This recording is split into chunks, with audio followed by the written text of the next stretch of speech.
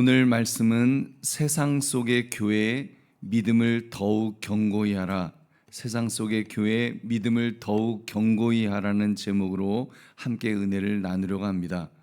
오늘 본문은 좀 이상한 편지로 보입니다. 바울은 지금 문제가 많은 교회에게 지금 편지를 쓰고 있는 것입니다. 고린도 교회는 분열이 있었습니다. 음행 문제가 있었습니다. 세상 지혜를 자랑하고 은사를 자랑했고 서로 잘났다고 뽐내는 교회였습니다. 그러다 보니까 교회 안에 아픔이 많았고 상처가 많았고 혼란이 많았습니다. 그런데도 지금 바울은 그들에게 너희 왜 그러냐? 너희 왜 그따위로 신앙생활하냐? 이러면서 책망의 말로 시작하지 않았습니다. 이제 그 10절부터 보면은 벌써 이제 바울파냐 뭐 게바파냐 그 아볼로파냐 하면서 그런 그 파벌이 벌어지는 것에 대해서 이제 책망하는 내용이 나옵니다. 이런 바울은 어떻게 이렇게 책망하는 것이 아니라 오늘 바울은 그들에게 이렇게 말하죠. 내가 너희를 위하여 항상 하나님께 감사하노니 하면서 감사하다고 너희로 인해서 감사하다 이런 이야기로 지금 고린도전서를 시작하고 있습니다. 놀랍지 않습니까? 지금 너무 골치 아픈 문제가 많은 성도들이었는데 그들을 향해서 감사부터 하다니요. 여러분 왜 그랬을까요? 바울이 교회에 돌아가는 것을 뭐 아무것도 몰라서 잘 몰라서 그냥 칭찬부터 하는 것일까요? 여러분 아닙니다. 바울은 더 깊은 것을 보고 있었기 때문입니다. 지금 벌어지고 있는 문제들보다 먼저 그들 안에서 시작된 하나님의 크신 은혜를 보았기 때문입니다. 은혜를 보았기 때문에 그는 지금 그 은혜를 먼저 이야기하고 있습니다. 여러분 그렇다면 우리들도 교회를 바라보면서 이 사도 바울의 시각이 필요하지 않을까요? 눈앞에 벌어지는 실망스러운 일들도 물론 있지만 그것들을 보면서 성도들을 비난하고 욕하기보다 그 너머에 하나님께서 베푸시는 더 크신 은혜를 보아야 하지 않겠냐는 말입니다. 왜냐하면 예수 그리스도께서 피값을 주고 사신 교회이고 또 그 교회의 머리는 예수 그리스도이시기 때문인 줄로 믿습니다. 여러분 그러므로 세상 속의 교회 믿음을 더욱 견고히 하라 이 제목을 가지고 교회의 정체성이 어떠한가를 살피는 이 새벽 되시기를 주님의 이름으로 축원합니다. 세 가지를 살펴보겠습니다. 첫째, 교회는 세상 속에 있지만 하나님의 교회라는 사실입니다. 세상 속에 있지만 하나님의 교회다. 우리 2절 말씀 같이 읽겠습니다. 시작. 고린도에 있는 하나님의 교회 곧 그리스도 예수 안에서 거룩하여지고 성도라 부르심을 받은 자들과 또 각처에서 우리의 주 곧 그들과 우리의 주 되신 예수 그리스도의 이름을 부르는 모든 자들에게 아멘. 지금 바울이 고린도 교회 성도들을 향해서 무엇이라고 불렀습니까? 고린도에 있는 하나님의 교회 이렇게 부릅니다. 여러분 이 한 문장이 놀라운 진리를 보여주고 있습니다. 고린도 교회는 문자 그대로 고린도 지역에 있는 교회입니다. 고린도는 우상의 도시였습니다. 상업의 도시였습니다. 말 잘하는 사람이 인정받는 도시였습니다. 그래서 지식과 철학과 수사학이 힘이 되는 도시였고 쾌락이 자연스럽고 음란이 아주 문화처럼 스며있던 도시였습니다.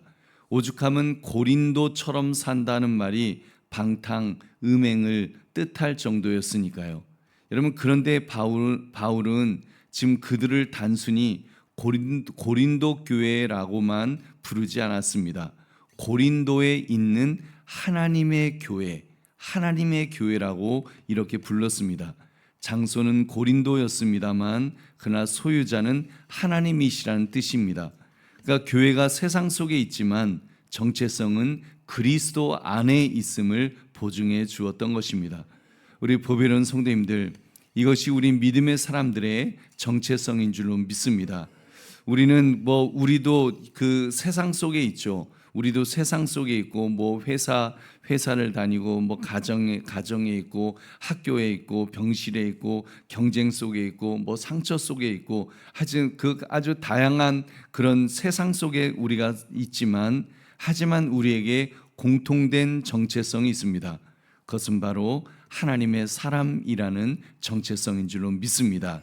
여러분, 그러니까 우리가 당면한 문제나 우리가 처한 과거가 나를 소유하는 것이 아닙니다.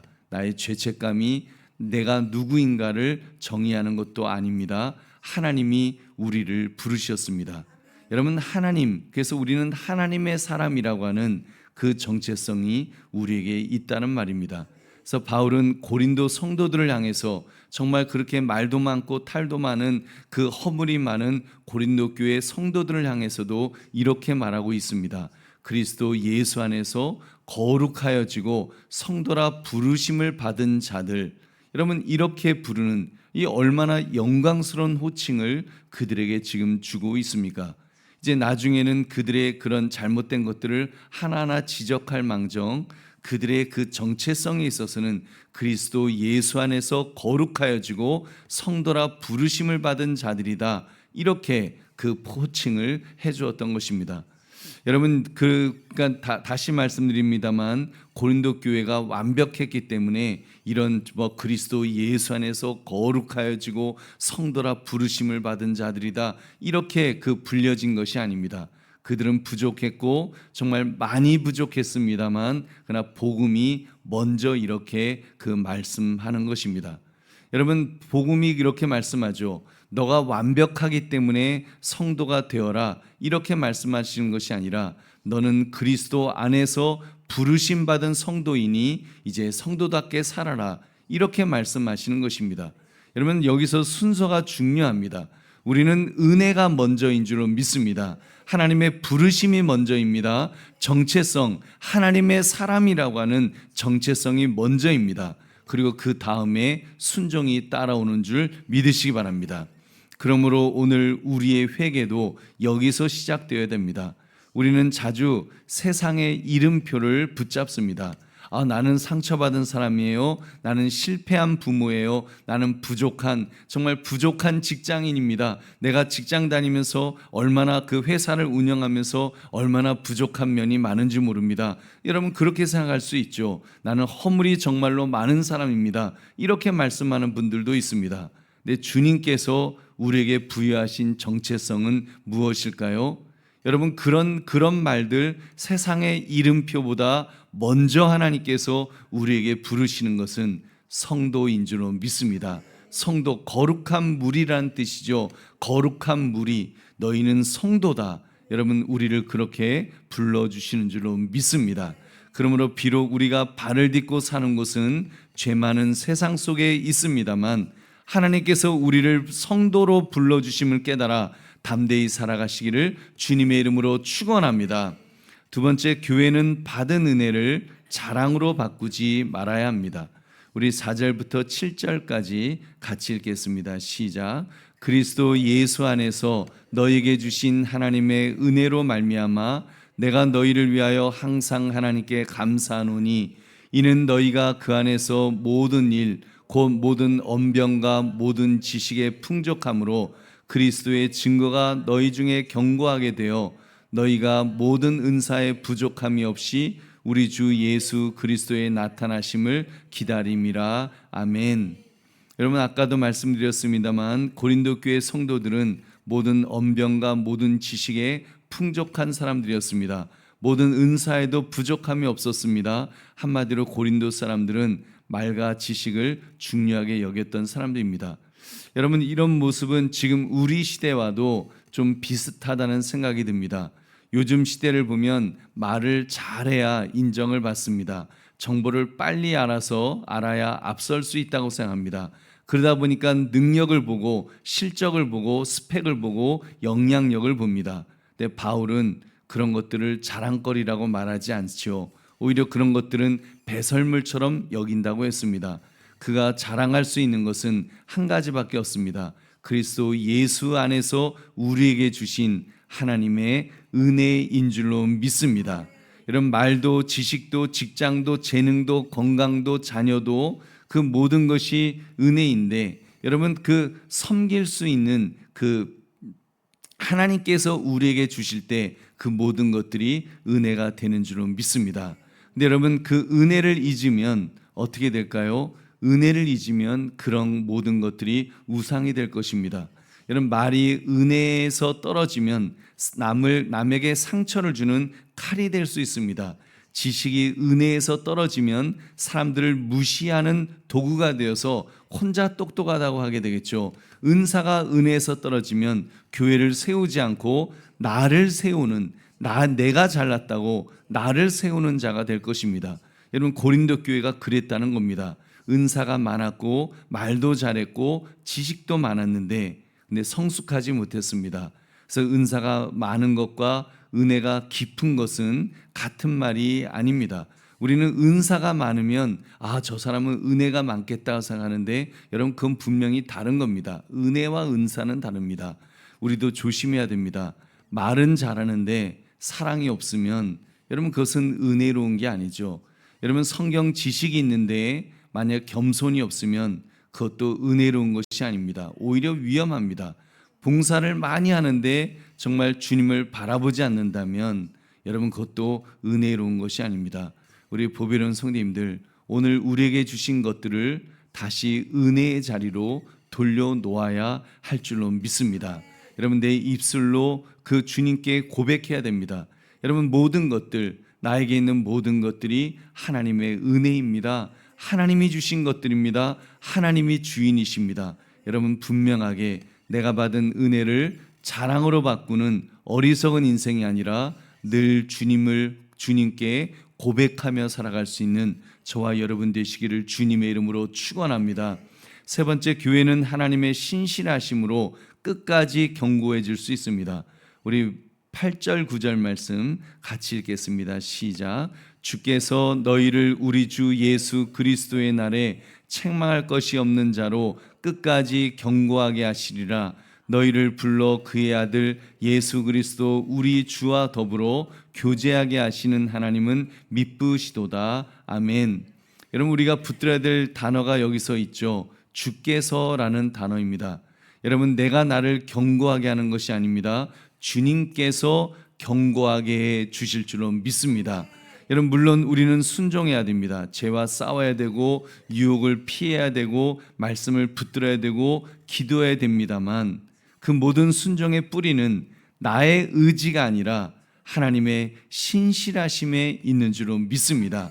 주께서 나를 붙들어 주실 때 여러분 그 모든 것들이 가능한 줄로 믿습니다. 왜요? 우리의 의지는 흔들리기 때문입니다. 여러분 새벽에 결심했지만 낮이 되면 무너질 수 있고 예배 때는 눈물 흘려도 집에 돌아가면 또 같은 말로 가족을 가슴 아프게 만들 수도 있습니다. 기도할 때는 믿음이 생기는데 여러분 우리가 그 세상의 통장 잔고를 보면 그 두려움이 몰려올 수도 있을 것입니다. 여러분 그렇기 때문에 우리에게 필요한 것은 더 강한 나가 아닙니다. 더 강한 내 자신이 아닙니다. 우리는 내가 내 의지를 가지고 믿음 생활도 내 의지를 가지고 내가 좀 강력하게 이렇게 결심하고 결단하면 될 걸로 생각하지만 여러분 그렇지 않습니다. 내 의지로 만약에 내 의지를 가지고 내 결단으로 그래서 신앙생활을 내가 기대한 것만큼 잘하게 되면 분명히 교만에 꺾일 것입니다. 교만죄에 빠져서 더 흉악한 모습이 될 것입니다. 여러분 우리는 우리 힘으로 하는 것이 아닙니다. 신앙생활도 내 힘으로 하는 것이 아니라 신실하신 하나님 주께서 해 주실 줄로 믿습니다. 여러분 하나님은 시작만 하시는 분이 아닙니다. 불러놓고 버려두시는 분이 아닙니다. 여러분 그리스도와 교제하게 부르신 하나님은 그리스도의 날까지 우리를 붙들어 주실 줄로 믿습니다. 우리 보배로운 성도님들, 우리는 이제 예수님과 한 배를 탄 정말 운명 공동체인 것입니다. 예수님이 승리하셨기에 우리도 승리할 수 있습니다. 예수님이 사셨기 때문에 우리도 살 수 있습니다. 여러분 하나님은 하나님의 그 아들을 십자가에서 내어주기까지 우리를 사랑하셨는데 여러분 그 아들과 맺어준 우리를 어떻게 포기하시겠습니까? 여러분, 우리가 때로는 불안할 수 있고 때로는 정말 직장 생활이 너무 지옥같이 힘들 수도 있지만 오늘 하나님의 말씀을 우리 붙듭시다. 하나님은 미쁘시다 그랬습니다. 그분이 나를 끝까지 경고케 하신다. 미쁘시다. 믿으실 만한 분이다. 페이스풀 하신 분이시다. 그렇기 때문에 나를 끝까지 끌고 나를 끝까지 그 책임져 주실 것이다. 여러분, 이 믿음으로 우리가 살아가야 될 줄로 믿습니다. 그러므로 교회는 하나님의 신실하심으로 끝까지 경고해 줄 수 있다는 것을 깨달아서 주님 붙드시기를 주님의 이름으로 축원합니다. 말씀을 맺습니다. 우리는 어떻게 보면 고린도 같은 그런 세상 속에 우리가 살고 있습니다. 정말 지금 세상도 음란하고 자극적이고 돈이 최고라고 외치는 그런 세상입니다. 그 속에서 우리는 때로는 정말 이름만 성도라고 성도인 것처럼 그렇게 살아가기가 쉽습니다. 오늘 바울은 우리에게 다시 한번 우리의 진짜 이름을 불러주고 있습니다. 너희는 그리스도의 것이다. 너희는 거룩한 성도다. 거룩한 성도라고 그렇게 분명히 불러줍니다. 오늘 하루 세상 소리에 여러분 귀를 닫고 하나님의 신실하심에 우리 귀를 열 수 있기를 원합니다. 주님, 나는 약하지만 하나님은 강하십니다. 주님, 나는 변할 수 있지만 하나님은 신실하십니다. 변치 않으십니다. 이 고백을 하면서 주님 바라보고 주님을 의지합시다. 그러므로 여러분, 정말 오늘 이 말씀처럼 우리 참으로 세상 속의 교회이지만 주께서 나를 붙들으실 것을 믿고 믿음으로 더욱 견고히 서시는 저와 여러분 되시기를 주님의 이름으로 축원합니다. 기도하겠습니다. 우리 말씀 생각하시면서 하나님, 우리가 살아가는 삶의 현장이 세상 속에 있지만 그러나 하나님, 세상 속의 교회가 되어서 세상 속의 성도로서 참으로 믿음을 더욱 견고히 할 수 있도록 신실하신 하나님 바라보고 신실하신 하나님을 붙들면서 우리 견고히 믿음 위에서 살아가는 믿음의 장부 되게 해달라고 우리 주님 앞에 기도하겠습니다. 하나님 아버지, 감사합니다. 오늘 주신 말씀 앞에 다시 한번 깨닫게 하시고 오늘 하나님 아버지의 말씀 앞에 하나님 흔들리지 않기를 주여 원합니다. 하나님, 넘어질 수밖에 없고 쓰러질 수밖에 없고 아버지 유혹 속에 아버지 흔들릴 수밖에 없지만 그럴수록 더 주여 주님 바라보기를 원합니다. 그럴수록 더 주여 주님을 의지하기를 원합니다. 주님 안에서 다시 한번 승리하게 하시고 주님 안에서 다시 한번 주여 주를 바라며 아버지 믿음으로 나갈 수 있도록 우리 하나님 아버지 인도하시고 주여 함께하여 주시옵소서. 주님 앞에 엎드리면 주님이 책임져 주실 줄로 믿습니다. 주님 앞에 엎드리면 주께서 아버지 긍휼을 베풀어 주시며 주여 주께서 함께 하실 줄로 믿사오니 아버지 그 주님 안에 나의 하나님 아버지여 참으로 주의 인도하심 속에 아버지 오늘도 그렇게 나갈 수 있게 하시고 오늘도 그 주님 앞에 모든 것들을 이루어갈 수 있도록 하나님 아버지 인도하시며 주님 역사하여 주시옵소서. 아버지께서 참으로 주님 안에서 아버지 흔들리지 않게 하시고 오로지 세상 속의 교회인 것 같지만 하나님 믿음으로